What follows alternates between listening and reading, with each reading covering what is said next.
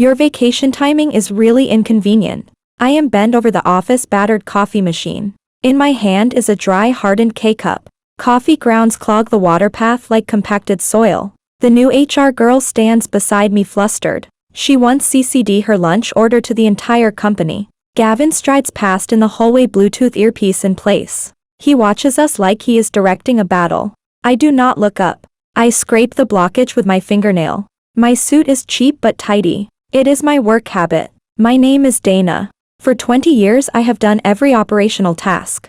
I have refilled ink cartridges, processed payroll, audited contracts. I have guided each new hire as if they were my own children. The company gave me a stack of stock option certificates. I hid them with my expired passport in a fireproof box. They are among my few assets. I have never sold them. Leaders came and went. Each replacement gradually removed my name. Gavin is the fourth CEO. His smile is confident and hollow. The first time he called me Debbie.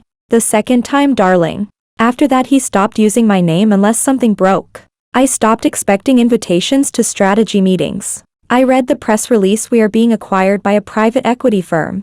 $150 million blazed on the screen like a bomb. Gavin and his inner circle would pocket a large portion. I am just a footnote in the announcement.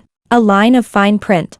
At that moment I knew they intended to erase me. On Friday afternoon a calendar invite arrives at 458. No agenda. No topic. They summoned me to the meeting room. I knew what it meant. Curtains drawn. The light like backstage of a theater. Gavin sits in a high-backed chair, smiling like an actor with a script. Jenna from HR holds a manila folder. Her smile is stiff. She slides it across the table. Movement like delivering a verdict. I open it. Standard termination materials. A confidentiality agreement. Layoff notice. A shareholder waiver. I point out the waiver is unusual. Not standard text. Gavin shrugs. Says the law requires a clean sweep. It is symbolic. His smile carries contempt. They expect me to sign and vanish. I say I need time to review. Insist on lawyer-mediated communication. They show brief surprise. Then resume their practiced reassurance. I collect the folder and leave the room. Steps steady. The parking lot air is cold and dry. The keys in my hand feel like a lifeline. At home I do not open wine. Do not slump on the couch. I go to the closet and take out the old fireproof box. Dust falls on my hands. Inside are real papers. Not digital ghosts. 2002 option certificates. Meeting minutes. Printed emails. I lay them out like rereading an old ledger. Calculating a massive account. I find a 2006 amendment, titled Shareholder Revision. It contains a rarely remembered minority shareholder veto clause. The clause says when certain shareholders exceed a threshold, major transactions can be vetoed. I start calculating shares, considering dilution, expired proxies, untransferred rights. Numbers slowly reveal a surprising truth. I reach the veto threshold. I am not a majority, but enough to act as a firewall. They wanted to push me out, erase me from the records. The clause still exists. That night I barely sleep. My mind full of percentages and tables. By morning all critical documents are in a black folder, meticulously organized. I call my lawyer Nina. Older, steady, commanding presence. She lowers her voice. They will panic. Do not rush. I hand her the fireproof box. She nods. She has leverage. The next few days I pretend calm. Continue daily life. Ignore messages. Avoid debate. They begin scripted maneuvers. Soft persuasion.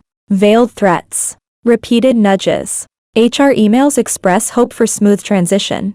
Layoff packages. Final notices. Legal warns of risk if delayed. Advises compliance to avoid complications. The CFO's calls shift from patience to implicit threats. They even offer consulting fees with gifts. Trying to buy me off. I do not respond. Save all correspondence. Hand it to Nina. They fear not my shouting, but my silence and evidence. On Wednesday I get a tip. Acquirers' due diligence minor leaks. Some internal spreadsheets. A shareholder exemption document lacks my signature. Harper, a junior lawyer, notices the gap. She escalates internally, triggering multiple meetings. By Thursday the company receives formal inquiry. Gavin tries to downplay. She is gone. Shares invalid. Outdated records. Acquirer's lawyers review calmly. Find no waivers, proxies, authorized exceptions. The matter grows central. Senior management smiles stiffen. Board calls emergency 9 a.m. meeting. Walnut table. I arrive early. No fanfare. Black folder and Nina. Nina walks behind me. Calm and sharp. Places folder before acquirer. Inside my option grants. Minutes. 2006 amendment. Notarized records. Everyone flips through. Expressions shift from confidence to confusion to panic. Acquirer's chief counsel. She holds 3.14%. The room is silent. Only documents and numbers resonate. Gavin attempts humor. Cracks in his laughter. We thought she was non-factor. Acquirer's counsel. What assurances did you give? Why is the submitted data inaccurate? CFO's hands tremble. Flipping footnotes, old emails. Seeking loophole. Low murmurs about remedies. Each requires time and further approvals. Nina stands. Miss Carlton does not waive her rights. Cold and forceful. I do not shout or accuse. The documents speak. Those who treated me as background now face my legal standing. Acquirer suspends the transaction. Evaluating disclosure and valuation impact. The room's air vibrates. Faces shift color.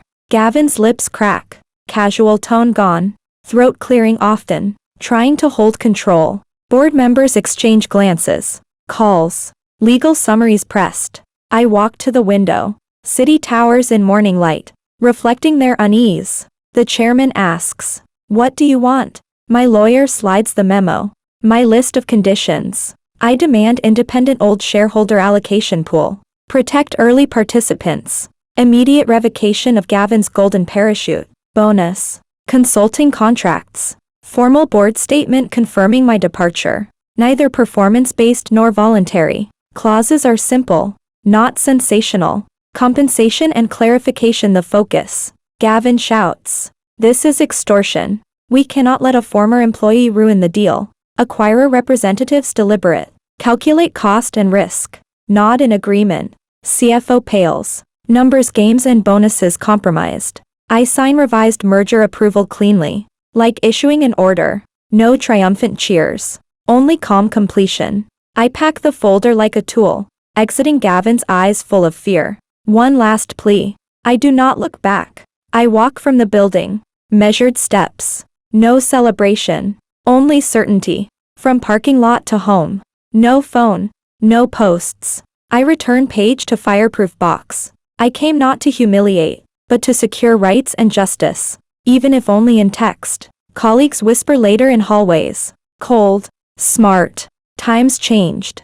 I recall repairing coffee machines. Treating every process and contract as armor. 20 years overlooked. Misnamed. Sidelined. Yet always recording and preserving. Revenge is not sudden violence, but slow calculation. Time and evidence as weapons. They thought erasing a name would alter governance. They forgot law and records endure. Gavin later resigns. Possibly losing bonuses. Tarnished reputation. Company valuation drops. Disclosure issues. Merger terms renegotiated. Costly. Reputation lost. I retain shares. Dignity. Ensure other early shareholders protected. Outcome not teenage revenge drama. Legal and factual victory. Corporate governance corrected. 20 years of records. Calm lawyer. Reclaim legal rights and public respect. Late night balcony. Warm red wine in hand. City lights and streets below. Not ecstasy. Long settling relief. Like placing stone back into its place. Judgments will continue. No longer matter. I have proven silence and evidence shake power. Stronger than shouting. Some define themselves by position. I define myself by contracts and documents. This is story of overlooked rising up. Not dramatic exposure. Precise rightful action. If called revenge. Serene revenge. Victory through law and patience. Final acknowledgement by recorder. I put lighter back in drawer. Lock fireproof box. Go to sleep. Tomorrow continues life. Careful shaping of future.